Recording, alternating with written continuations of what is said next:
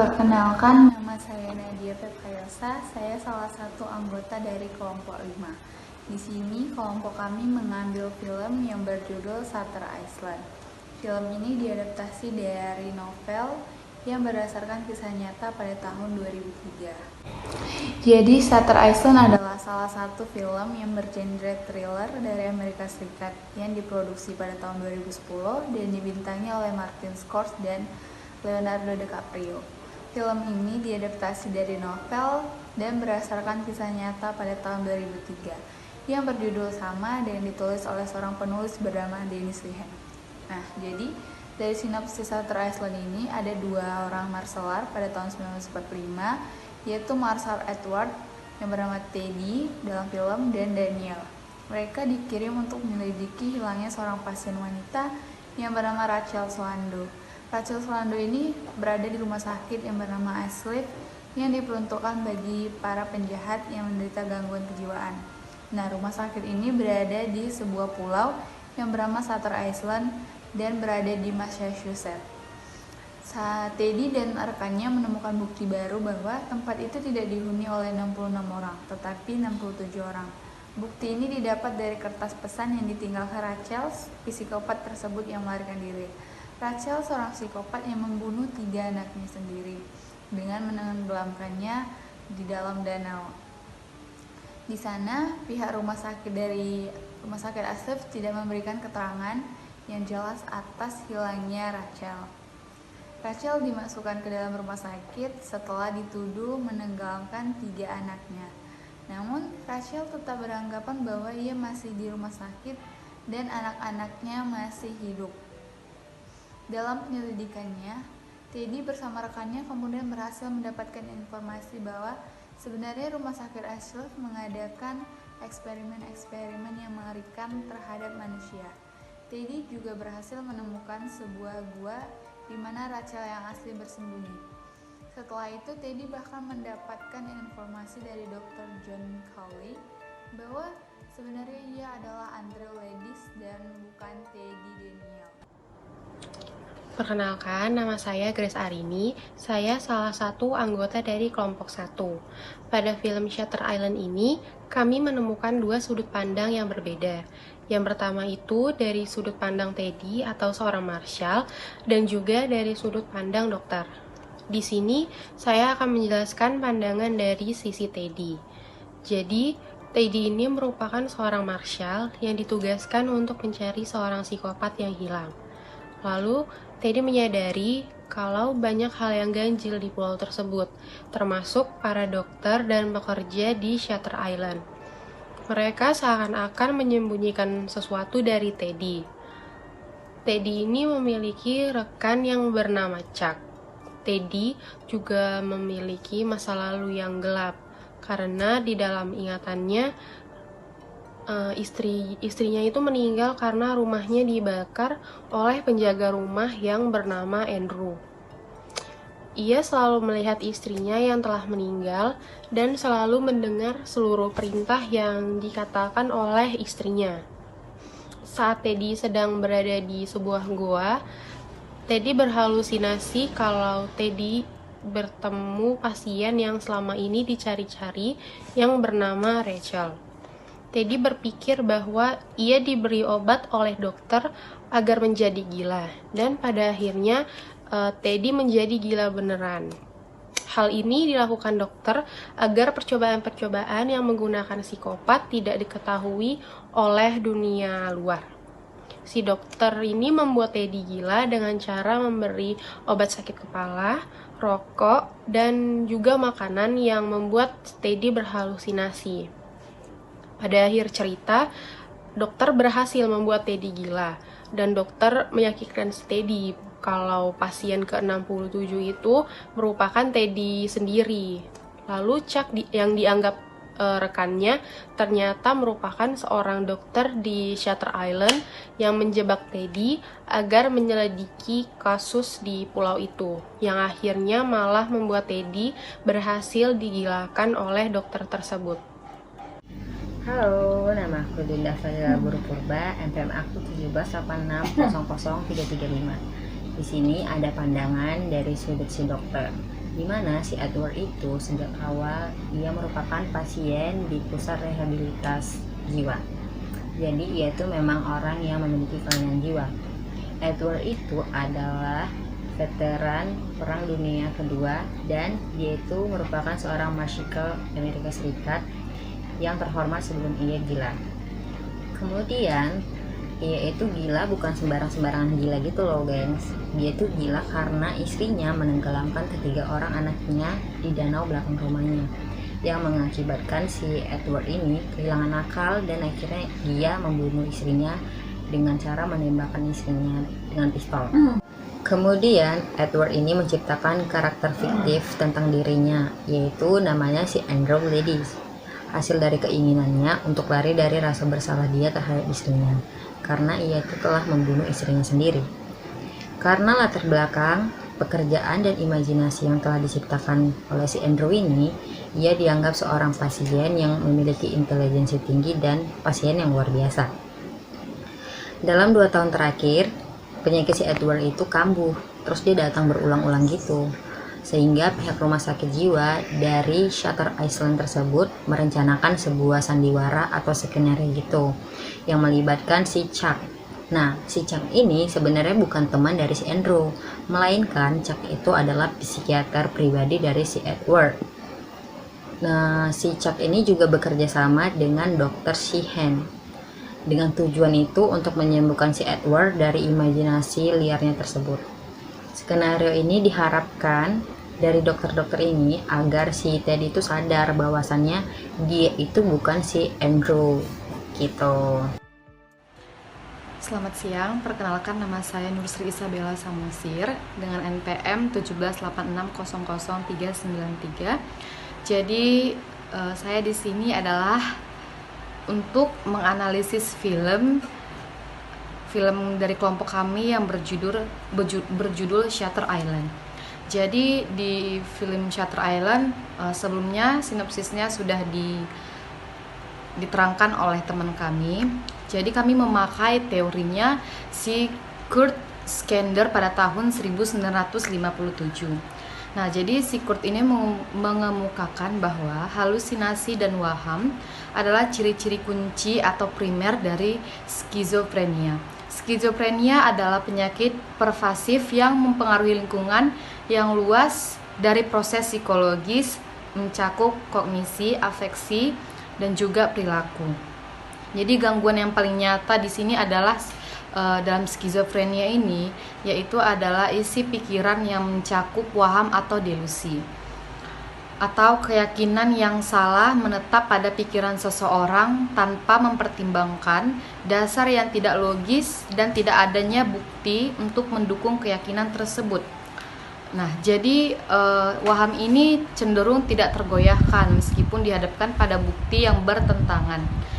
Seperti pada film Shutter Island ini, waham ini terjadi pada si Andrew. Nah, jadi Andrew ini meyakini bahwa telah terjadi sesuatu yang aneh di Shutter Island itu atau di pulau tempat orang-orang yang mengalami sakit jiwa tersebut. Jadi si Andrew ini meyakini bahwa dokter-dokter di pulau tersebut menyembunyikan sesuatu dari dirinya. Seperti dokter-dokter ini sebenarnya menipu dia. Makanya si Andrew ini dibawa ke pulau atau Shutter Island itu. Nah, jadi Andrew mencurigai adanya pencucian otak yang ia ketahui dari seseorang yang ia temui di sebuah gua. Nah, padahal itu adalah halusinasi si Andrew tersebut karena dia mengidap skizofrenia. Jadi skizofrenia ini memiliki gambaran umum yang dipersepsi tanpa adanya stimulus dari lingkungan. Hal ini sulit dibedakan dari kenyataan. Untuk Andrew sendiri, halusinasi visual, ia seolah-olah melihat istrinya yang telah meninggal dan ia mendengarkan seluruh perintah yang dikatakan oleh istrinya tersebut. Jadi dalam halusinasi si Andrew ini, dia seperti melihat bayang-bayang istrinya sedang memerintah dia begitu. Padahal saat Andrew berada di goa itu, dia juga berhalusinasi bertemu dengan pasien yang bernama Rachel yang selama ini dicari-cari oleh Andrew sendiri. Perkenalkan, nama saya Darmanto Subondo Syanturi, NPM 178600443. Oke, kelompok pertama. Judul review analisis film kelompok satu adalah Shutter Island. Jadi, Shutter Island ini yang disutradai oleh Martin Scorsese dan dibintangi oleh Leonardo DiCaprio. Jadi, materi yang akan saya sampaikan yaitu beberapa jenis delusi pada penderita skizofrenia, antara lain. Yang pertama ada delusi paranoid dan waham kebesaran. Delusi paranoid adalah adanya keyakinan penderita bahwa ada atau orang, sekelompok atau individu yang mengancam atau secara diam-diam merencanakan akan melawan penderitanya. Inilah yang dialami oleh Andrew. Dia mengalami delusi paranoid yang menganggap semua para dokter, bahkan psikiater di Shutter Island itu melakukan kejahatan kepadanya. Next, faktor penyebab skizofrenia adalah faktor biologis dan faktor sosial. Faktor sosial dikarenakan adanya pengalaman yang penuh dengan stres yang memberikan kontribusi perkembangan skizofrenia pada individu yang memiliki kerentanan secara genesis atau genetika. Penyebab yang spesifik tetap tidak diketahui oleh para psikiater atau dokter. Namun, kebanyakan peneliti meyakinkan bahwa hal tersebut mencerminkan interaksi antara genetis dan faktor yang terkait dengan stres, sehingga dipresentasikan atau ditampilkan oleh model dientesis stres yang dialami oleh Andrew disebabkan oleh faktor sosial.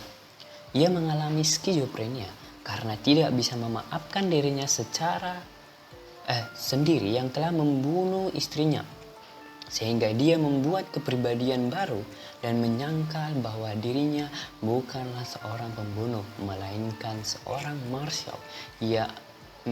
marshal Amerika yang menyelidiki kasus di Shutter Island. Dalam kasus yang dialami oleh Andrew, Dr. Carly berusaha membantu Andrew membedakan mana yang nyata dan halusinasi.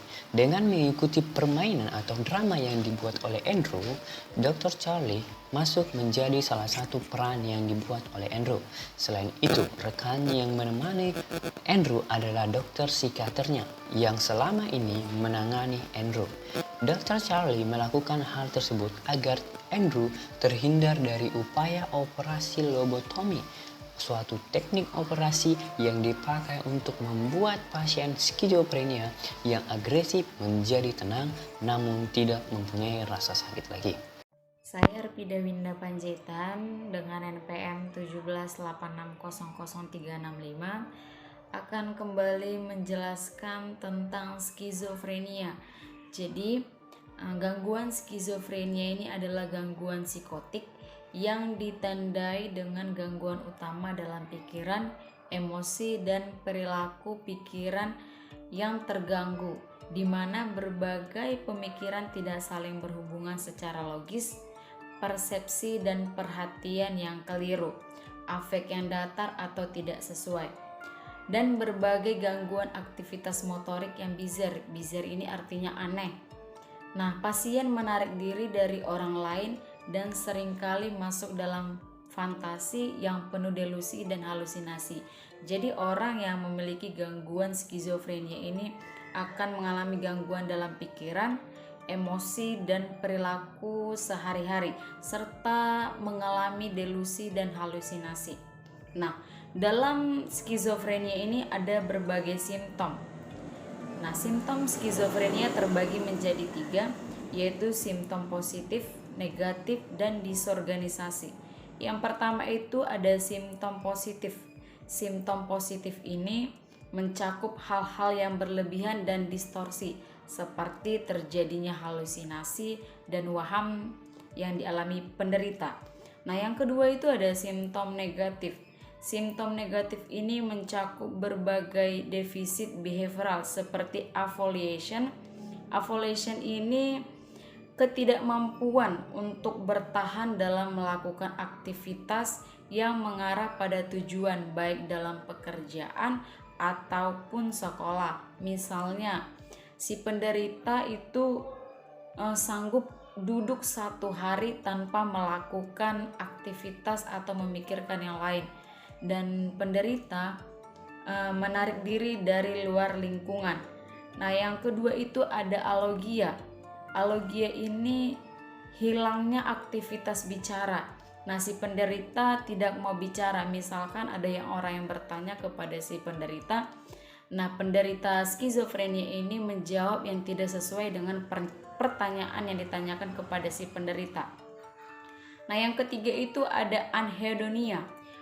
Anhedonia ini adalah gejala ketidakmampuan untuk merasa senang dalam suatu kegiatan yang biasanya dianggap menyenangkan. Misalnya ada yang membuat dia senang tapi dia tidak merasa senang. Nah, yang ketiga itu ada simptom disorganisasi. Simptom disorganisasi ini mencakup pembicaraan dan perilaku aneh atau bizarre. Jadi orang yang memiliki gangguan skizofrenia itu akan memunculkan perilaku-perilaku yang aneh dalam dirinya. Pada gangguan skizofrenia memiliki cara penanganan atau terapi yang bisa dilakukan oleh penderita skizofrenia. Yang pertama itu ada terapi biologis. Dalam terapi biologis ini terbagi menjadi 3. Terapi dengan menggunakan obat antipsikosis, terapi elektrokonvulsif, dan yang terakhir itu adalah pembedahan bagian otak. Jadi terapi dalam biologis ini adalah berbicara tentang memberikan obat-obatan kepada penderita skizofrenia untuk mengurangi gejala-gejala yang ditimbulkan dari penyakit tersebut. Nah, yang kedua itu ada terapi psikososial. Situasi pengobatan dalam terapi psikososial ini adalah terapi di dalam rumah sakit maupun di luar rumah sakit jiwa. Nah, terapi psikososial ini terbagi menjadi 2, yaitu terapi kelompok dan terapi keluarga.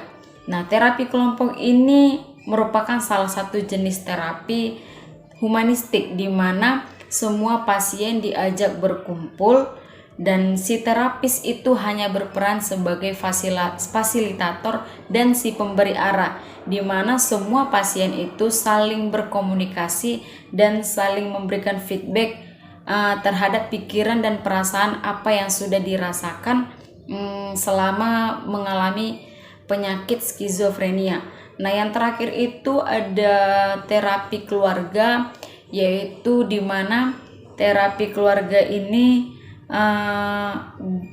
penanganan di luar rumah sakit jiwa, yaitu keluarga berusaha menghindari perilaku atau pikiran yang membuat si penderita ini kambuh kembali mengalami gangguan skizofrenia ini. Jadi keluarga diwajibkan untuk mengetahui hal-hal apa saja yang tidak menimbulkan penyakit skizofrenia. Nama saya Mogoris Pratama. Selanjutnya adalah menurut PPDGJ 3, skizofrenia adalah suatu deskripsi sindrom dengan variasi penyebab dan perjalanan penyakit yang selalu bersifat kronis dan luas, serta sejumlah akibat yang tergantung pada pertimbangan pengaruh genetik, fisik, dan sosial budaya. Pada umumnya, ditandai oleh penyimpangan yang fundamental dan karakteristik dari pikiran dan persepsi, serta afek yang tidak wajar atau tumpul. Kesadaran yang jernih dan kemampuan intelektual biasanya tetap terpelihara, walaupun kemunduran kognitif tertentu dapat berkembang kemudian. Halo, nama saya Julius Batara Malau. NPM saya 178600380. Di sini saya akan menjelaskan sedikit tentang review film yang sudah kami kerjakan. Di sini saya akan menjelaskan tentang pedoman diagnosanya. Yang pertama itu harus ada sedikitnya 1 gejala yang amat jelas, seperti halusinasi auditorik, wam-wam menetap jenis lainnya. Atau paling sedikit 2 gejala di bawah ini yang selalu ada secara jelas, seperti halusinasi yang menetap dari panca indera manapun, arus pikiran yang putus, dan perilaku katatonik. Dan ada juga gejala-gejala negatifnya, seperti adanya gejala-gejala khas seperti yang sudah saya jelaskan tadi, telah berlangsung selama kurun waktu 1 bulan atau lebih. Dan harus ada suatu perubahan yang konsisten dan bermakna dalam mutu keseluruhan. Dari beberapa aspek perilaku pribadi, bermanifestasi sebagai hilangnya minat. Hidup tidak bertujuan, tidak berbuat sesuatu, tapi larut dalam diri sendiri, dan perbaikan diri secara sosial. Demikian hasil dari review kami. Terima kasih.